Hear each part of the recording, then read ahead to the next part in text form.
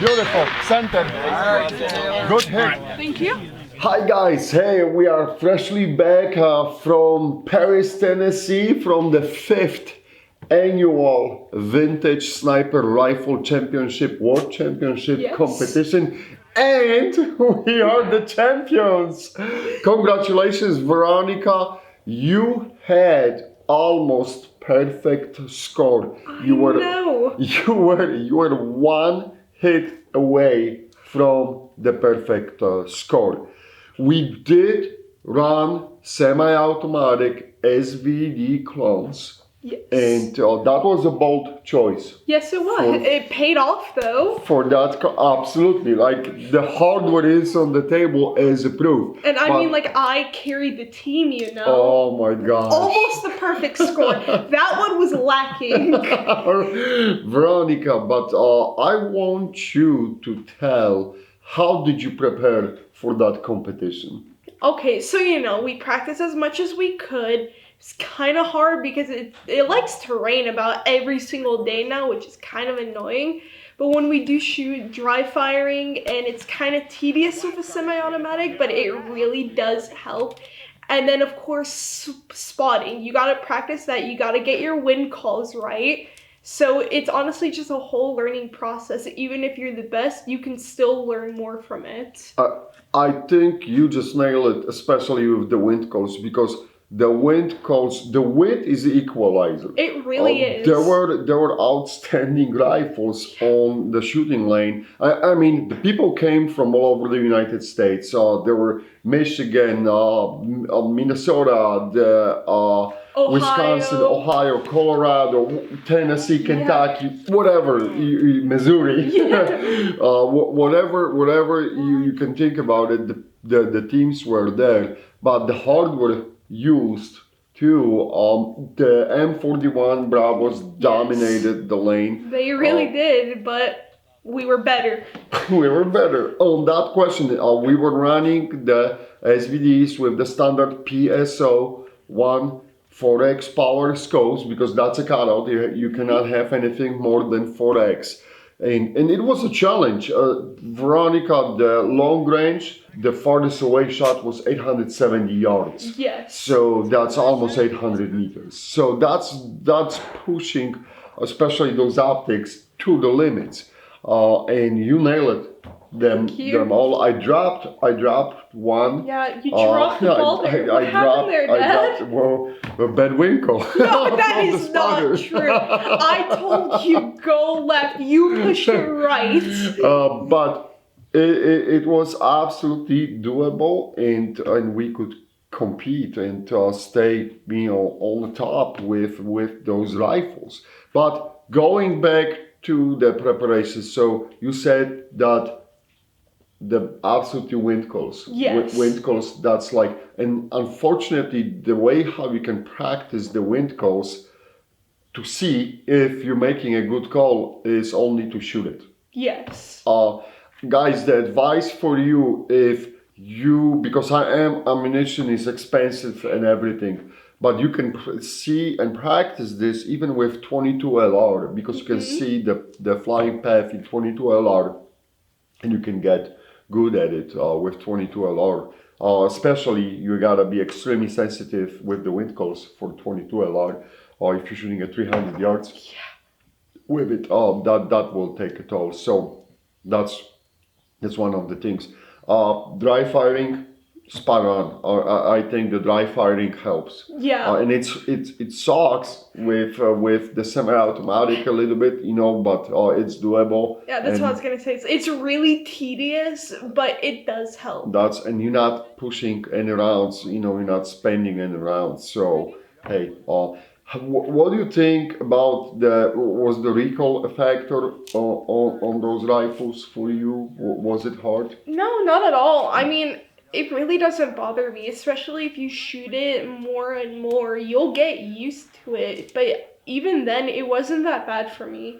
And I want to talk about this because let's segue to the question.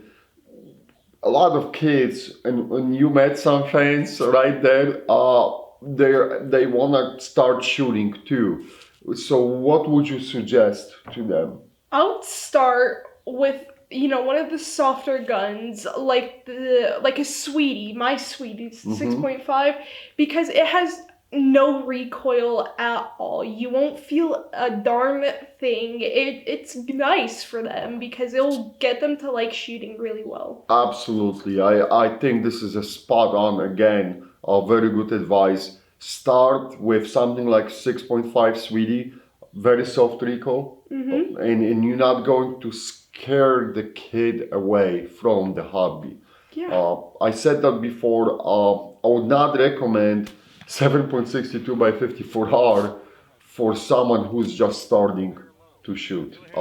If you will be running like Mosin PU sniper, it's going to break. Oh gosh, that's gonna break him. It's going to break your arm, shoulder, and that's just bad. Don't do that.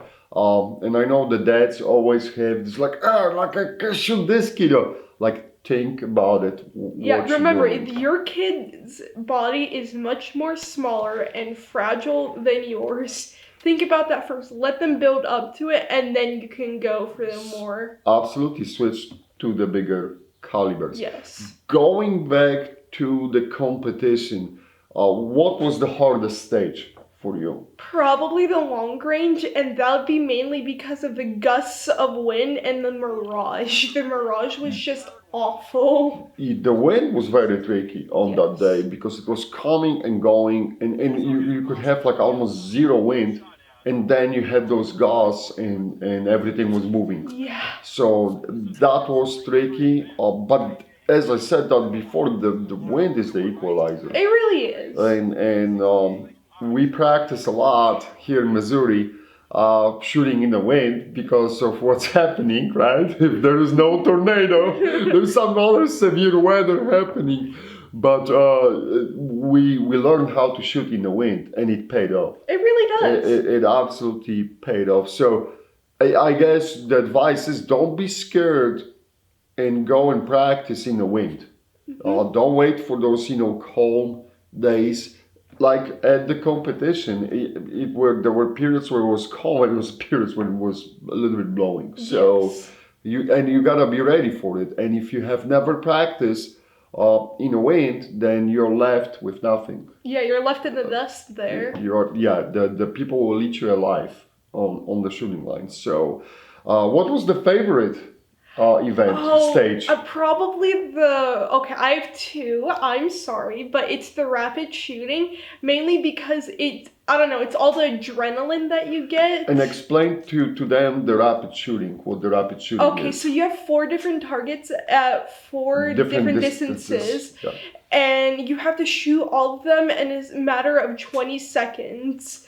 And if you miss once, you have to go back and shoot it. But this time they said if you miss twice, then you can move on. But what my goal always is, in which I did better than you again, I just want to say, is I hit all of them first try, and I still had time left to spare. Well, and there were on extreme angles from each other. Yes. So the stage is designed that way. So it's not like you just, you're moving by 1 inch and you're nailing them down. No, like you have to swing in the extreme angles to nail those out. Of course, they are at the different distances, so you have to execute the holdovers on the fly.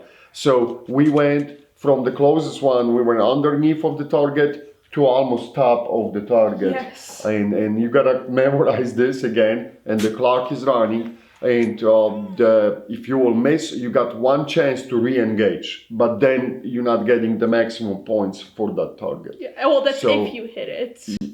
Yeah.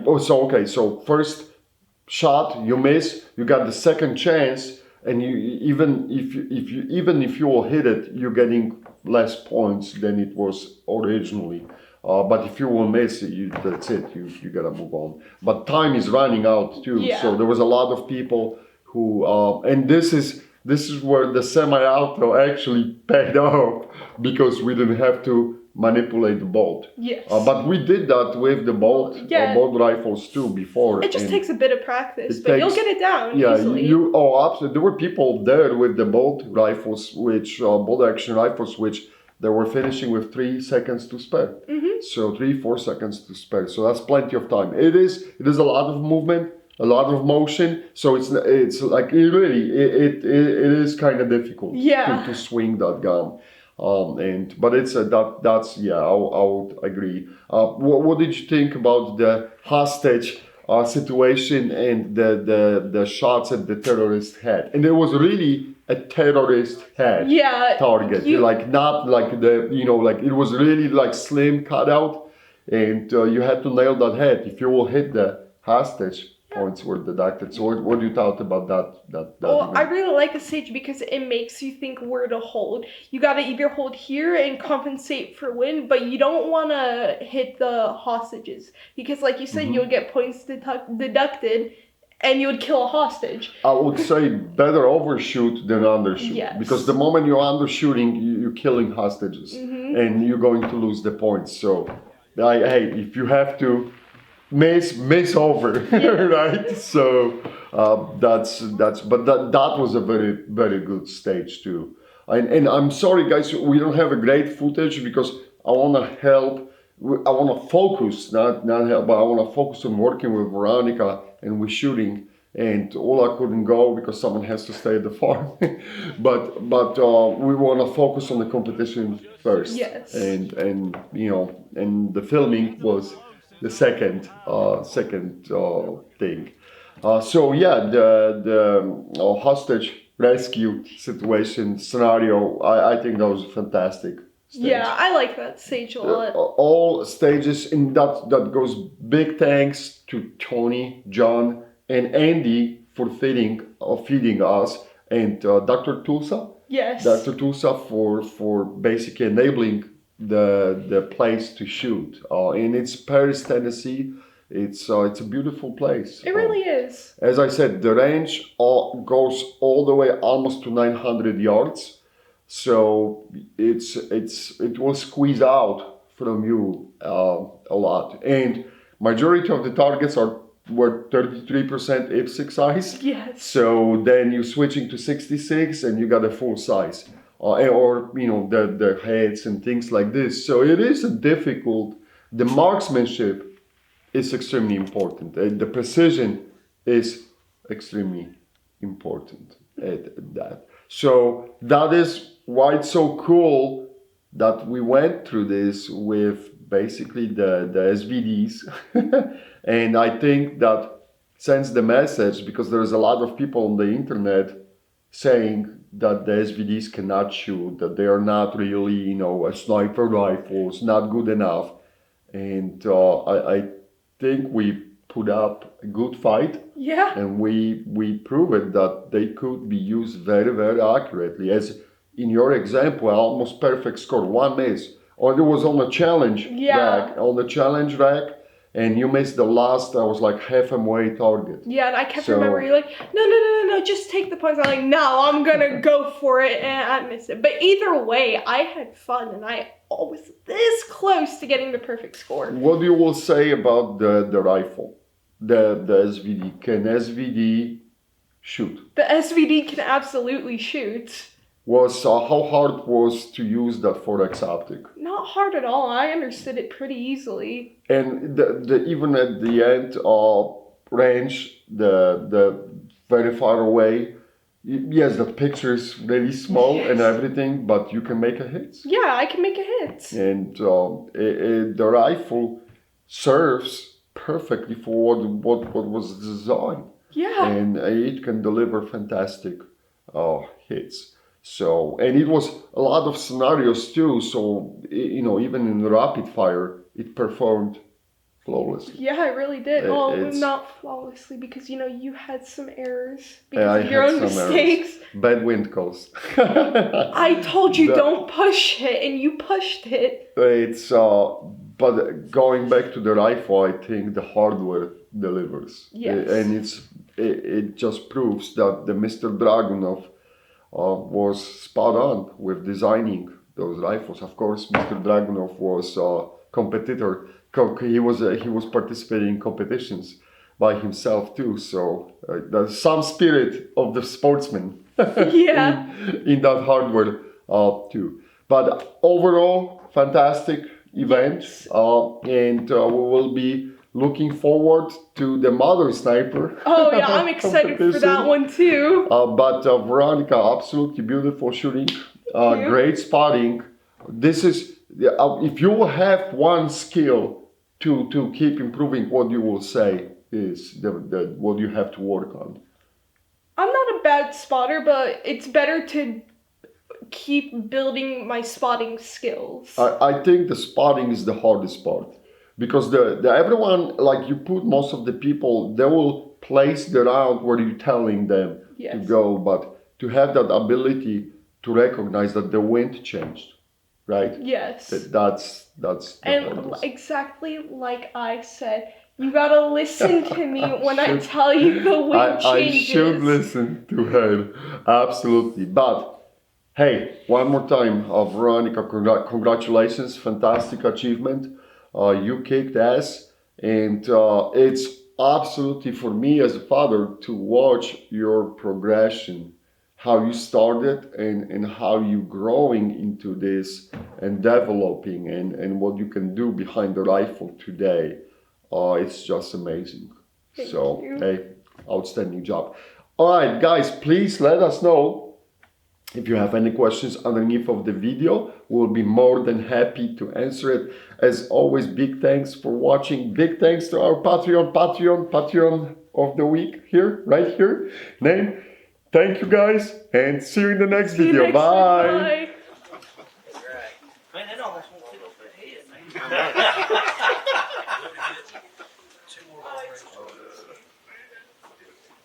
Turn and take a picture with him, Tony. Yeah. It's just like Han Now- Solo and Luke Skywalker. Let's see. You didn't move up any, Shane. Yeah, I know. I got to work on that. Good job, guys.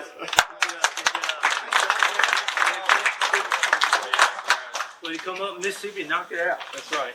All right. Thank you, guys. Yes, sir. Okay, second place, Andy Granberry. That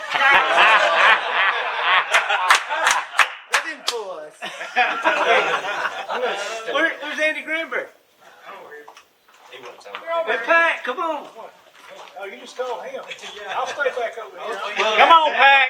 Nice job, guys. That was.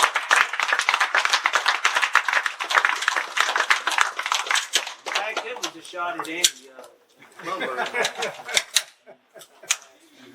Well, Andy, last year you was the top man, but yep, top team. Congratulations. Put my ring on. Congratulations. Now, this is Pat's first time shooting it. Turn around and get a picture with him. All right, good job, Pack. And when I say first time, have you even shot? I shot one at the club. Okay, shot one at the club. So here, let me get in the middle of y'all. We'll get a picture. This goes up on the internet. Ain't nobody gonna be looking for you. On three. 1, 2, 3. Good job, guys.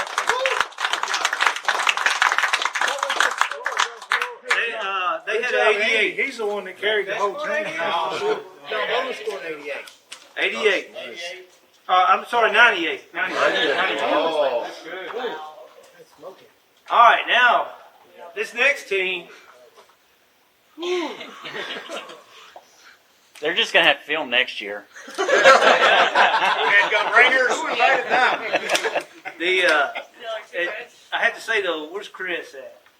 They finally broke the Streak. gunny time. Chris had a heck of a run going.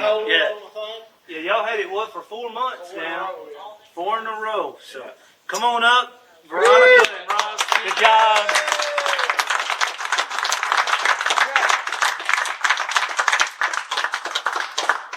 Congratulations. Thank you.